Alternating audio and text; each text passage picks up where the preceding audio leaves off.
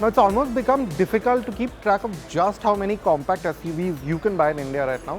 But the Kia Sonet, it always stands out with how feature-packed and premium feeling it's always been. So let's just look around this new one to see if that's remained exactly how it was. Now the thing that you notice at first when you look at the new Sonet is this new lighting. It's very similar to what you saw on the Seltos with this big huge L-shaped signature, and that's been carried over here as well. It's still full LED. And like on the Seltos, you have the Tech line, the GT line and the X line. This is the X line. So you have a different bumper with the black anodized grills and this new fog lamp. Now you have 4 new alloy wheel designs to choose from depending on the version that you buy. Now this X line comes with these really quite sharp looking dual tone alloys, and again they change with the variant that you pick. The bumper too has changed slightly. Now in this X line variant, you have these black inserts like from the front. And again, depending on the variant that you choose, say the Tech line will have a slightly milder looking bumper, but that has also changed.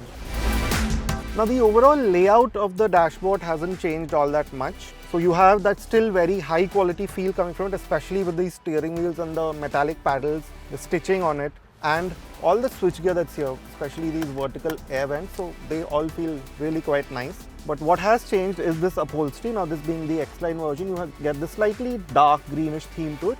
And there are about 3 or 4 more options, again depending on the version that you pick. Now, like I just said, the Sonet was especially well equipped, and that continues with this facelift to an even greater standard.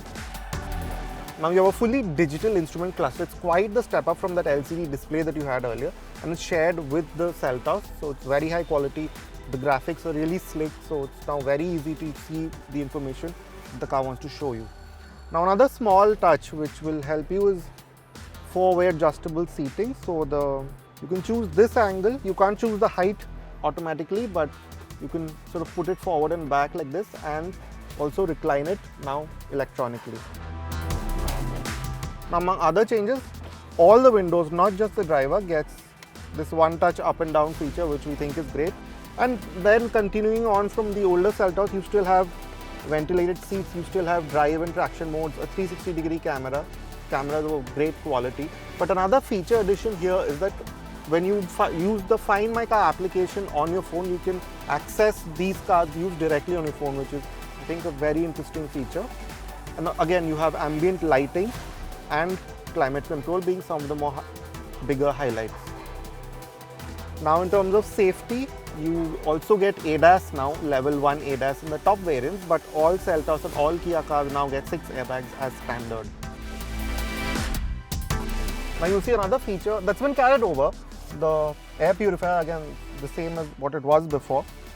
But again, over here you see the new upholstery and so on, the sunroof, another good feature to have. And the Sonet also continues with these sunshades. Now they're a great touch considering most SUVs at this price point don't get it. In terms of space, things haven't exactly changed, so it's exactly how it was before. So you have a reasonable amount of space. Not the best in this segment by any stretch, but it's reasonable, say, for a family of 4. And for an occasional 5th passenger, the central tunnel isn't quite high, so that's not a problem either. You have the sunroof and fairly large windows, so it feels like a fairly spacious cabin too. Now the Sonet hasn't exactly changed mechanically, so all the engine options continue as they were.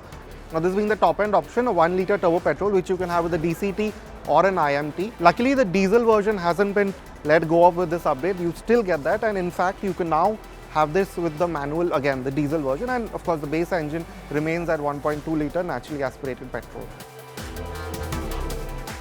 You can expect it to be launched by about, say, mid-January, but what do you think of it? Do you think all the new features make it even more desirable than it was already, especially all the tech features inside?